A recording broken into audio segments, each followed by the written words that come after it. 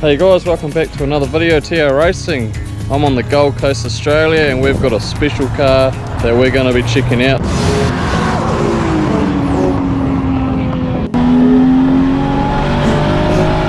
We're on, boys. Say hello to Jimmy. The English is not flowing, bro. Like, this is actually insane. Like,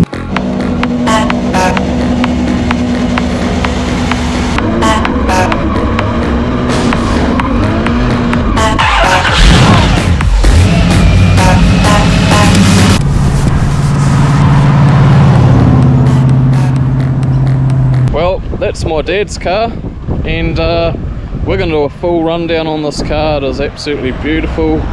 He's owned it since he was 18. He's done a couple of rebuilds on it, so yeah, we'll check it out.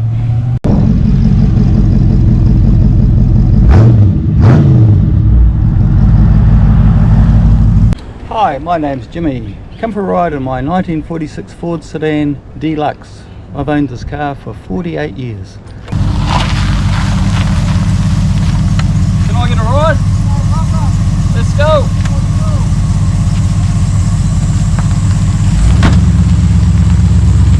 Transferred back to New Plymouth again, back to New Plymouth. So we came all the way back to New Plymouth again, and yeah, went back to New Plymouth Rodders again and rejoined them, and yeah, somewhere along the line I became president for whatever, ever long, and do the drags and all that sort of carry on. We did the 25th anniversary, I think. I'm in charge of that as well, I think. Was it 25 years? I can't remember. If New Plymouth Rodders was 70s, 80s, 90 years, it must be 25 years, something. I think I remember that one. Yeah. Yeah, and then I went back to another one years later, but Then you ended up over in Australia. yeah, so then I started to build another car. So yes, we started to build the chassis, did all that, built the chassis. Yeah, got the chassis all finished and whatever, and then I decided to come to Australia. So what we did was, couldn't sell the car, Jesus. So I pulled the body off, slapped it on the new chassis, and then took it to Steve Hilder, and he got it all set ready to start the motor, etc. Because it hadn't been started, but anyway.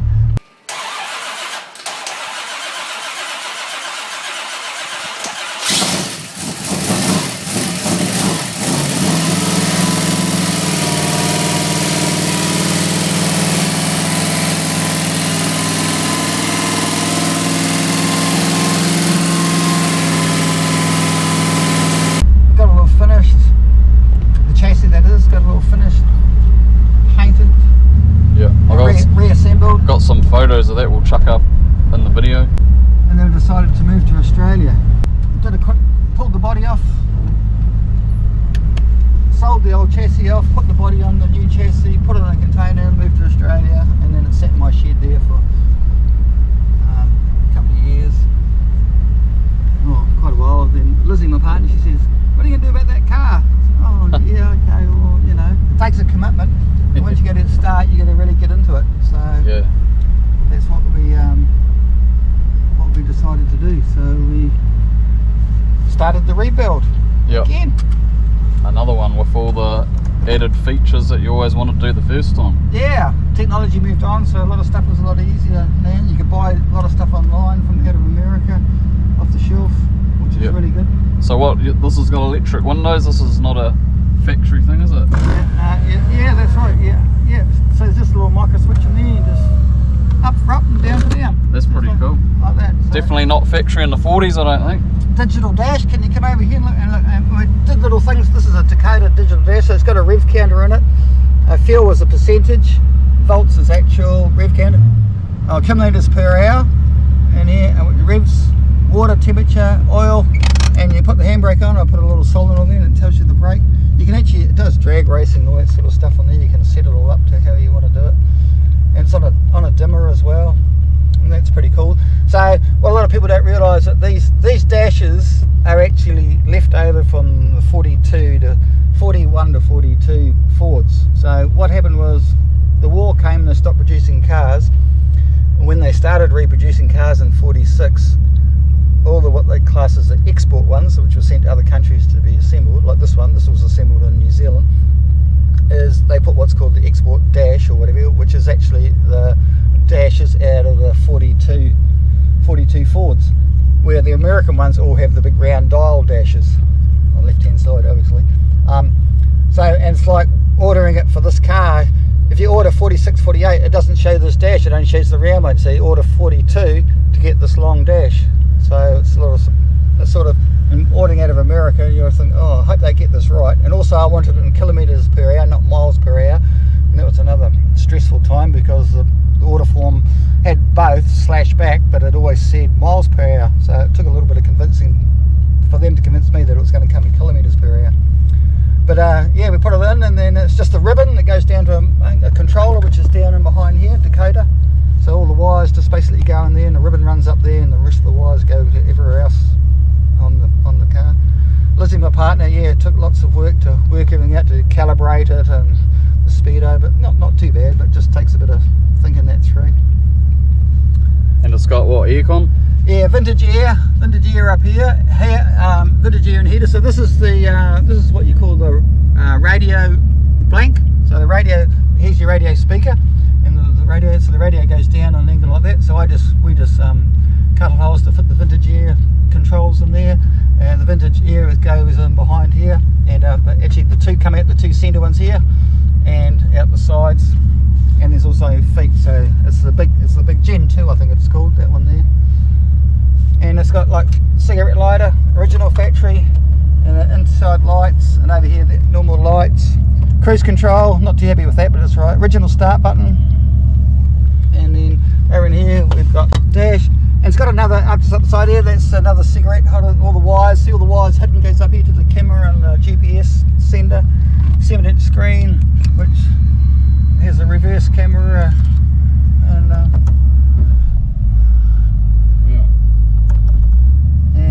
GPS and all that sort of built into it, but that goes in there, and it's just on a slide, so it goes out of the way. So you don't know. I'm into stock standard, looks standard, but it's been slightly modified. The bonnet release or hood release, as American calls it, on that side, and that's because these cars have a double firewall, so they can be left-hand drive or right-hand drive. On the firewall where the steering column goes through, it's just duplicated, so that's how they could send them around to other parts of the world. Yeah. And that's why the hood, that must be a thing that they always left on that side. This is so you can put the exterior aerial, radio aerial. You do this, and the aerial goes up, so it's going up out of the roof, and you can pull it back down again. Yeah. That's pretty cool, isn't it? Yeah, that's about all inside here. Just it's all standard. On the back here, this is the black. That's the original black when I bought it, metallic black when I bought the car. So there's a bit of just back to how when I first bought it. It's pretty much all. 6 seat belts, all retractable. We had to put a recess in the seat to allow for the so you got the recoil, and so the seat will slide past it. So a slight little modification to the seat, because I wanted to keep it as a 6-seater. Yeah. I didn't really want to put bucket seats in the console. To me, keep it sort of semi-original. Plus, I can take the grandkids. It's got 3 anchor points up on the back, so I can put baby seats in it. And yeah, 6 seat belts. Big bench seats. Yeah, nice, all comfy, original springs. So nice and soft and spring. People get into them and go, "Oh my God, I can't believe how soft and nice those seats are." I used to go to hot rod runs, and people would get out of their chopped cars and go, "Oh, I got a sore neck back," and I get out there and I go, "Oh, no problem." Right, we're going to check out the finer details of the outside of the car, and different lights make the colour different shades of red. It's quite amazing actually, but you might pick it up in the video. Let's see. So there's a couple of things here. These lenses, a local guy in Carrara on the Gold Coast, he makes these, and so it made me so I could do the indicator in part of the tail light instead of having an additional on the back, which I didn't really want. So it's so he supplies the lens, and you just modify it inside. So I moved the brake light, tail light over, offset, and then put a divider in, and the indicator, which is off the motorcycle, just put beside there, so it's really good. So a lot tidier. This is a Mitsubishi Lancer, so that's, yeah, it's a perfect shape. I just come across one on the side of the road, thought, oh, that looks like it might fit. So that's for a third brake light, which is not critical, but I quite like the idea. Say to one in the window or somewhere else. And yeah, so this is all the original stainless that they have on these cars, all the trim. So the 46 has 2 like this, 47 it slightly changes. It has a lock in here, here's your light, it's all pretty normal. Coming into the fuel, actually has a original lock cap from Mr. Ford back in the day. The top's actually worn, I'm missing off it, but yeah. And we come around here, glass from Nathan, glass for your classic car. Nathan on the Gold Coast supplied all the glass. So is that tinted? Yeah, it is tinted. Yeah, it's not a light tint on it, which is really good. Most people will have a stone guard on here, which is like either a black rubber or you can get like an aluminium chrome looking one. But I don't like that. So I've actually got I got a clear plastic film on there, which some cars put on the front of their cars. So that's on there. So that's because it's amazing that the stones, you don't know how it happens, but they flick up and they dent and scratch and chip all your paint. So did that to stop that from happening. We just have a quick look inside there. So suicide doors. Yeah, suicide doors. So the upholstery was all done with my friend Bryce Kelly back at Stitch and Time in Eltham. Soul Story was done in the late 70s, early 80s. Original seats, and actually under the seats there is the battery and also a toolbox. So all your essential tools and boxes are all hidden away. So that's all custom. Yeah, custom made. fitted. Yep, correct. On the front's all pretty normal. These are what you call factory mirrors. The passenger one is you can't see out of it. The driver's one's all limited as well, but it's just where they go on the cowl. Mr. Ford made an error by putting these here. A lot of people put them up the side on there. Peak mirror. I used to have a peak mirror on there, but it's where they should be. So that's what I've got on there. And here's that aerial I was talking about. So it's got it inside, but if I pull it now, you'll see the extension going up, and it comes up here. So yeah, Pretty cool. So what's that, factory? Nah, it's an optional extra you can buy. So to go if you go along by the aerial. So the cowl vent, I had to do away with the cowl vent. When I bought the car, it had already been brazed up, and it was a bit of a mess.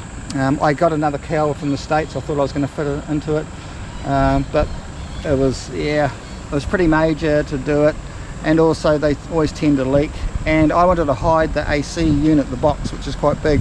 So self-storage building car, you got to compromise sometimes. So I decided to do away with the cowl. So what I did is we just turned it upside down and we just marked it out and we just ground it and have the shape. So I was thinking, oh, that's where it should be, and so then people wouldn't even pick up that the cowl's not even there. But it enabled my AC unit to go right up, and so you can't see the AC unit from sitting in the car. What do you do to your window squirters? Oh, window squirter. Okay, so yeah, so here is the window squirter. So normally you'd have on the cowl here, there's two little knobs poking up or whatever. But what we did is it's a brake hose that's been squashed. It's two pieces welded into a Y, and then the line runs along, and it's all hidden, goes into the cowl, then runs on the inner guard, and the reservoir, etc., is all underneath this guard. So you just go pull it up from the front of the tyre. So that's all hidden. Yeah. Come around the front. So around to the front of the car, it's pretty stock standard as per factory. All the stainless belting, stainless steel belting here, and other than this is chromed, yeah, the mock metal chromed in through there. But so this with park lights. In New Zealand I could have those as indicators. In Australia they wouldn't let me do that, so I had to do separate indicators, which I've actually sort of custom made and hidden down there. Should have actually put it up there so the three are together. Yeah. But anyway, it's all right. Next build. Yeah, yeah. I was trying to hide them and hidden more than what I thought. And then that side, so this side just duplicates the other side. So a lot of that front end here, when I bought the car, I didn't have it. I had to, this were my trips to Horopito to get those bits. I think Reese Watkins got me the bumper from Hamilton, but yeah, we'll come back around here. I'll just start the front. I'll pop the bonnet or the hood. The hood, oof. So Now we'll see the engine. What I did with the hood is, so that was the factory release for the hood, but what I did is I put a secondary release. So that's the factory release which goes inside the car. This is a secondary one which goes to and underneath the left-hand front guard. So if that one ever fails, I can still get access by pulling the second one.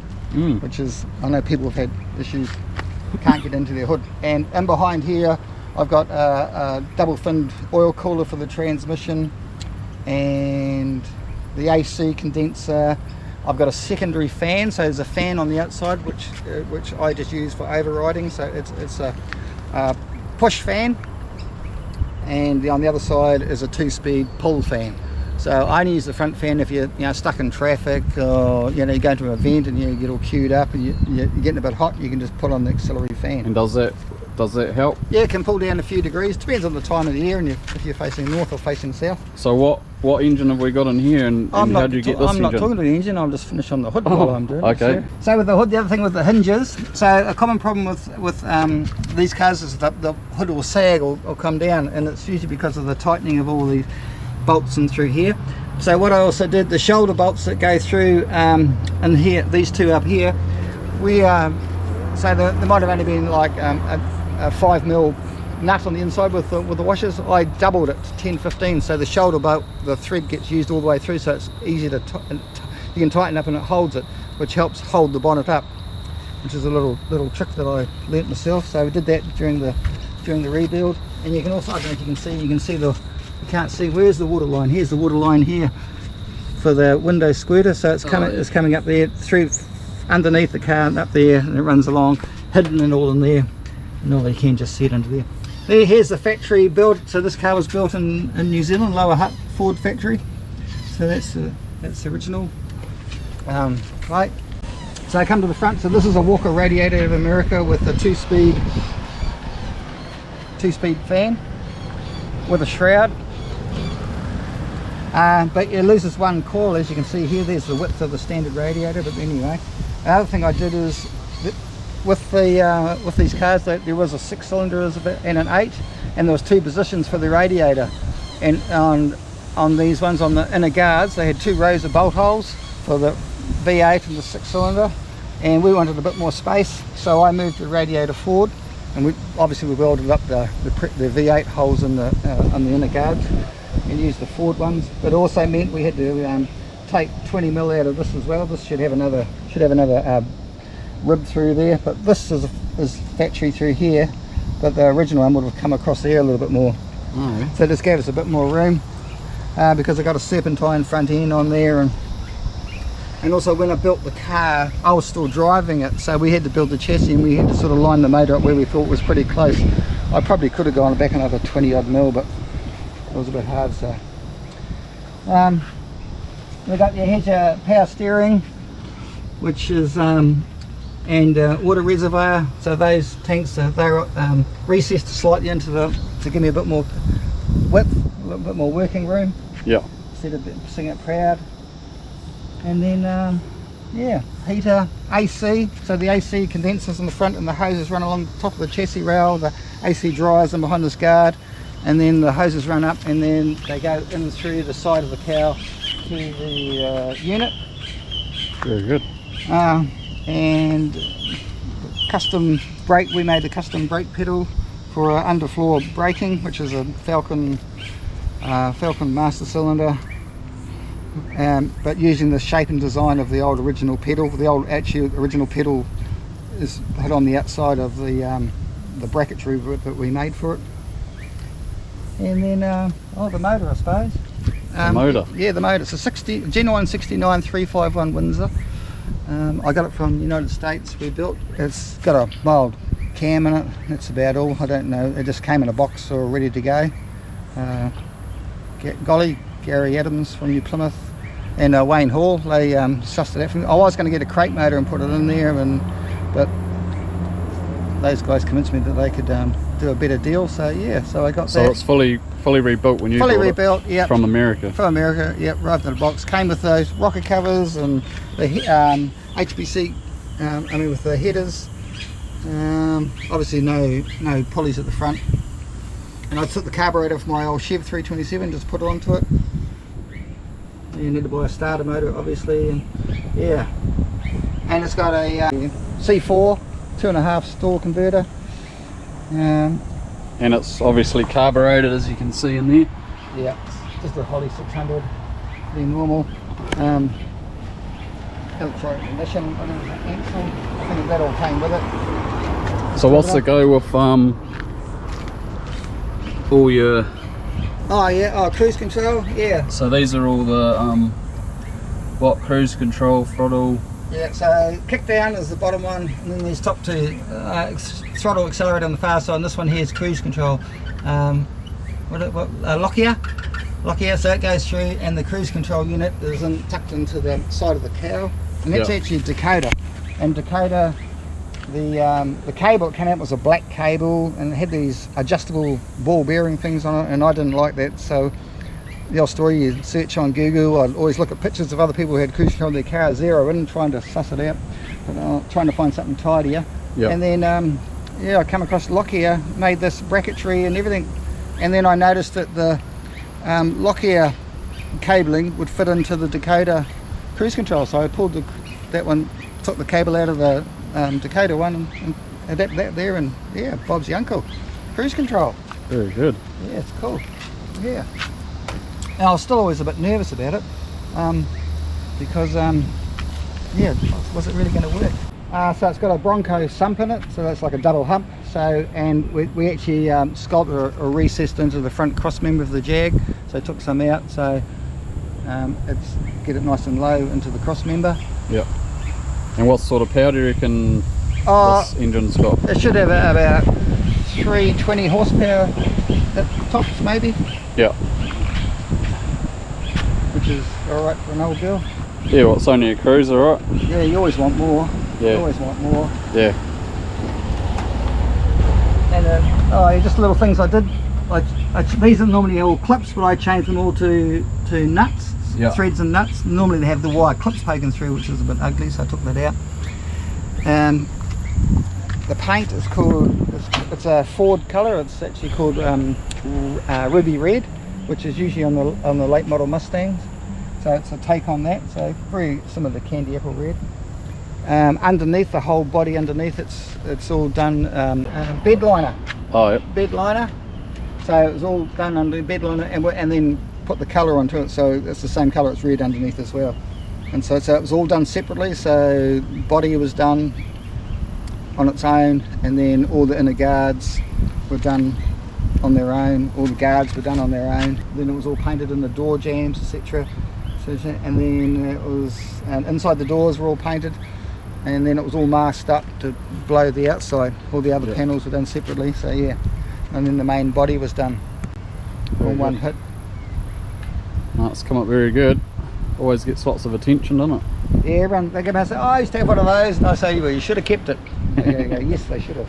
What other cars do you wish you kept that you owned? Oh yeah, I had a when I was 17, I bought a Holden Monaro 4-speed manual, and I had that for a while. Then the fuel crisis hit, so that Holden Monaro and Valiant Charger, Caprice. Oh, back in those days, they were just normal cars. But, our friends had XU1 Tiranas, and that we used to all roll around in them, and Statesman DeVilles and Premiers and Fairmonts, and it was just the go. Just Mark IV Zephyrs and putting V8s in those, and So the boot, fire extinguisher, the boot. It's actually a modification plate that you need to do in Australia. And when I first bought this car, I could stand out like this and I could see my feet. It was that rusty. You can see your feet through here. Now, the other thing, the floors out of these cars, these 46 Fords, when they first came out, 46, close to 47, is these floors are out of the 42 Fords. So what happened is they were leftover parts, so they got sent off, and the floors got sent off and put into these cars. So when you go later ones, they don't have that recess there. The panel goes straight across. So that's not there. So that's how you can tell if it's a 42 floor. And I carry spares in behind the tyres and the wheel there. It's a good place to hide things. Yeah. All the panels inside of the doors have all got plastic on, like like factory. Yeah, left rear door. Obviously it must have blown off in the wind. Quite common here, as you see, these sag, but at times you've got to watch out it fall down and hit you on the head. But yeah. And also what they did in the later ones, the next model up, the gap between here and there, they tried to make the cars look a bit lower, so they made this panel longer and moved that down. It's the same, they moved the chrome on this 46 chrome's here, 47 they moved it up and made it wider. So it's subtle changes that you learn as time goes on to tell the difference between them, the different models. Only things like someone like you would know though, wouldn't it? Oh yeah, I know them inside out. I wouldn't have a clue. There's still stuff in them. But yeah, it's funny, they were trying to make them look smaller. Well, I tell you, they're still over your head. They are big. That's actually head height. The roof of that's head height. Look. So what? These are all the parts. These are all the jobs that needed to be done, and when they were done or not, just down the side. Oh yeah, percentage. Yeah, percentage of it was completed or not. And these are all the components. So it's C4 kickdown, Wow. Lockyer, throttle cable installation, cruise control kickdown. So nice cables, all factory, well not factory, but you know, billet made. Oh yeah. These are the people who put cruise control in, which I used to have a look at until I designed my own. This is the control panel for all your electrics, Dakota. So all the wire runs in there and runs to a ribbon, which runs to the speedo. The cooling, 2-speed fan, a Walker fan with a 2-speed variable speed. Front fan for auxiliary heating. Windscreen wipers, they're aftermarket. AC, exhaust system, Patriot headers from America. Trunk lock, chassis, all the rubber mounts for where they go. How to assemble the front assembly of a 46 passenger car. Dakota, oh that was a kickbox, oh so that was just a template. Poly electric fuel pump, just a small mighty fuel pump, 5/16. Just run it at the back of the car. Running board, rubbers. Oh, the Windsor engine.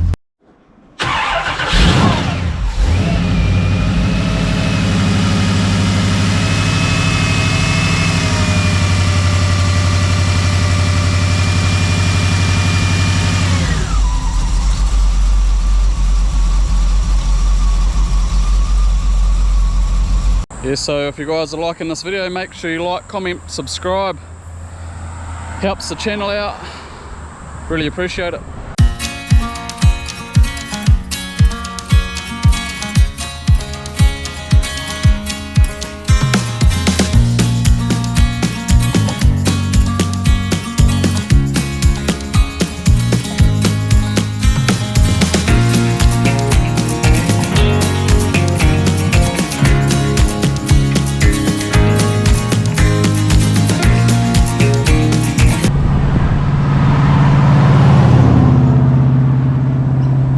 Doesn't that sound bloody good?